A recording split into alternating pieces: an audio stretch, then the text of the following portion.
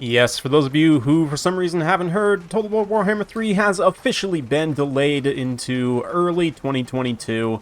An unfortunate situation, but at the same time, I do think that Creative Assembly should take the time to make sure they get Warhammer 3 right from the get-go.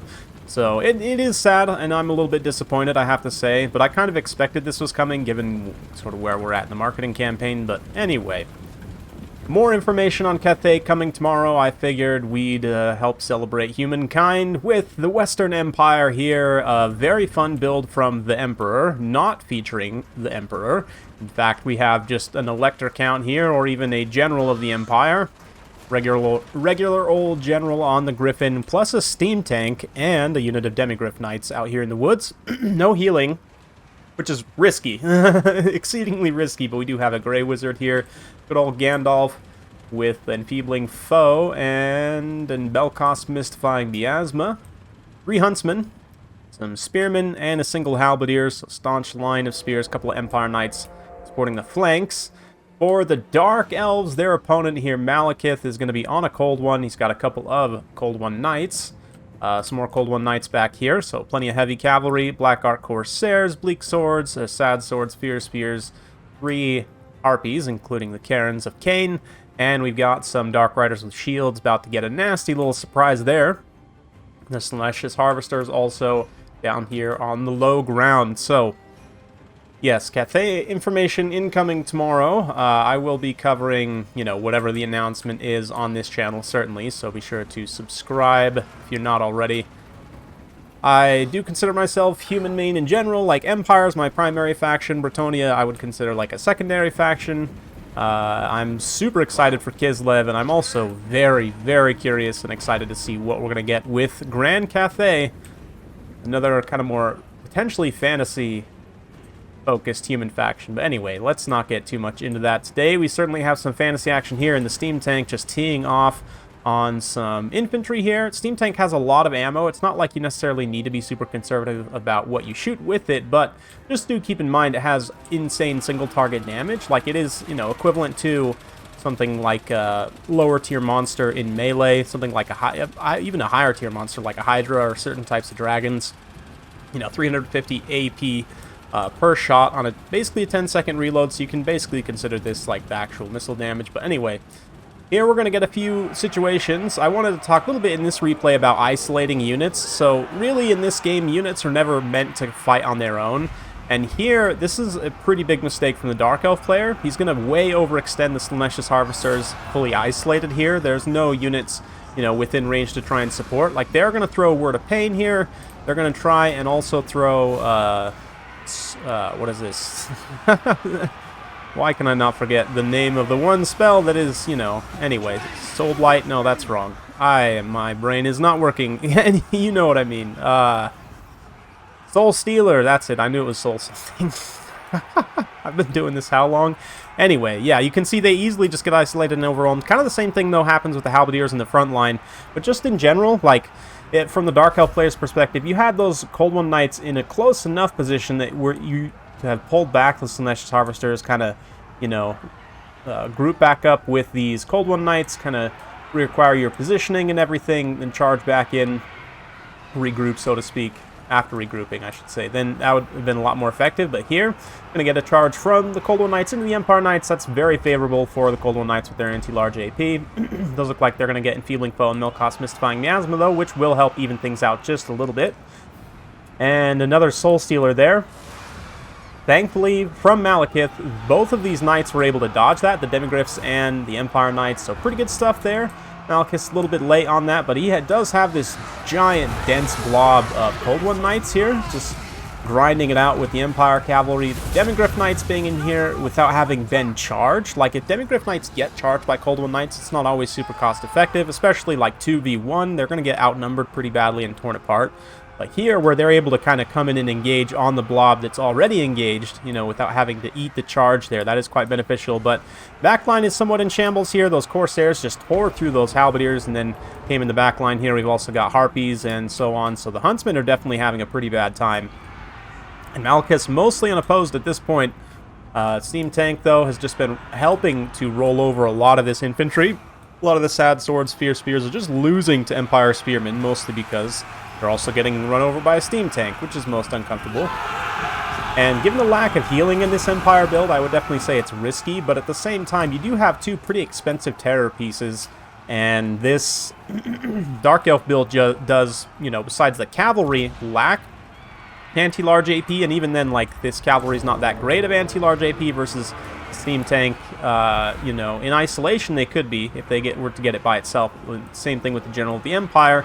Here he gets caught up with some Harpies. Malekith could have got a pretty good charge in there and got a nice engagement, but instead chooses to try and come back and goon this caster, which, you know, understandable, but I probably would have taken the engagement against the General. I mean, I guess Steam Tank is in a position to come in and try and side charge on Malekith, go 2v1 there, but instead just overwhelming Gandalf, who's here on foot, just getting absolutely eaten by Cold Ones. Horrible fate.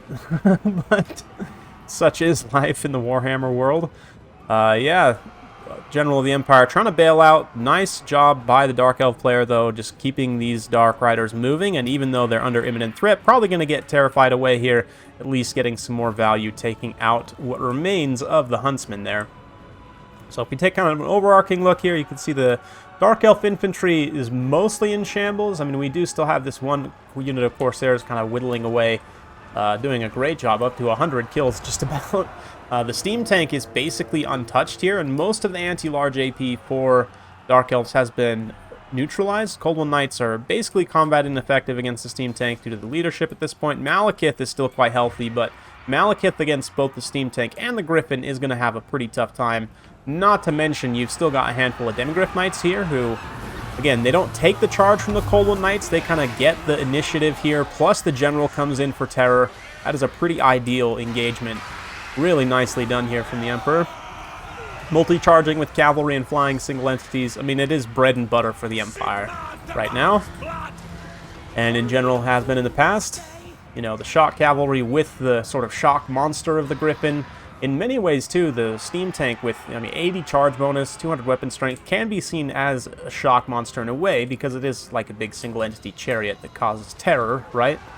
And not only that, but it also applies, you know, ranged attack debuffs. If we come in and take a look here, it's hard to see, damage by artillery, -10. You can see there, that modifier, which...